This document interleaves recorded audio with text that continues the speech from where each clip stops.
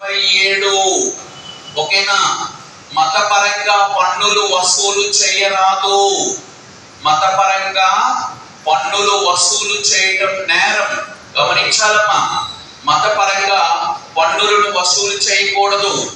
Next article 28 మతపరంగా విద్యా సంస్థలలో మత బోధన నిషేధం. అమ్మా ఇక్కడ జాగ్రత్తగా గమనించండి. ఆర్టికల్ 27 ఏం చెప్తుంది అంటే మతపరంగా పన్నులు వసూలు చేయకూడదు. అయితే మీకు డౌట్ రావచ్చు, సార్ మరి మేము గుళ్ళకి వెళ్ళేటప్పుడు దక్షిణ ఇస్తున్నాం కదా, చర్చిలకు వెళ్ళేటప్పుడు దశమ భాగం ఇస్తున్నాం కదా, మరి అది పన్ను కాదా అంటే అది పన్ను కాదు. ఓకేనమ్మా.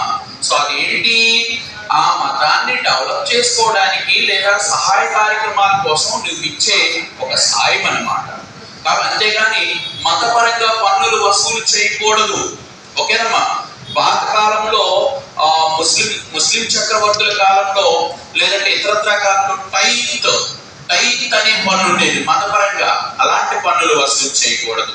అలాగే ఆర్టికల్ 28 ఏం చెప్తుంది అంటే విద్యా సంస్థలలో మత బోధ నిషిద్ధం. గమనించండి, విద్యా సంస్థలు అవి ఏ విద్యా సంస్థ అయినా కావచ్చమ్మా, మత బోధ అనేది చేయకూడదు.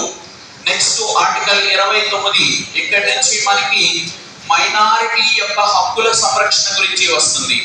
దీనినే విద్యా సాంస్కృతిక విషయక హక్కు ఏమన్నాము, విద్యా సాంస్కృతిక విషయక హక్కులో ఆర్టికల్ 29 ఏం చెప్తుందమ్మా అంటే అల్పసంఖ్యాక వర్గాల వారు ఎవరైతే ఉంటారో మైనారిటీస్, మతం పరంగా కానీ భాషా పరంగా కానీ తక్కువ సంఖ్యలో ఉండే వారిని మైనారిటీస్ అంటారు. మరి మన దేశంలో భాషా పరంగా తక్కువ సంఖ్యలో ఉండేవారు, అధిక సంఖ్యలో ఉండేవారంటే హిందువులు, అల్ప సంఖ్యలో ఉండేవారంటే బౌద్ధులు కానీ, సిక్కులు కానీ, ముస్లిమ్స్ కానీ, క్రైస్తవులు కానీ, జైనులు కానీ, వీళ్ళంతా మైనారిటీ.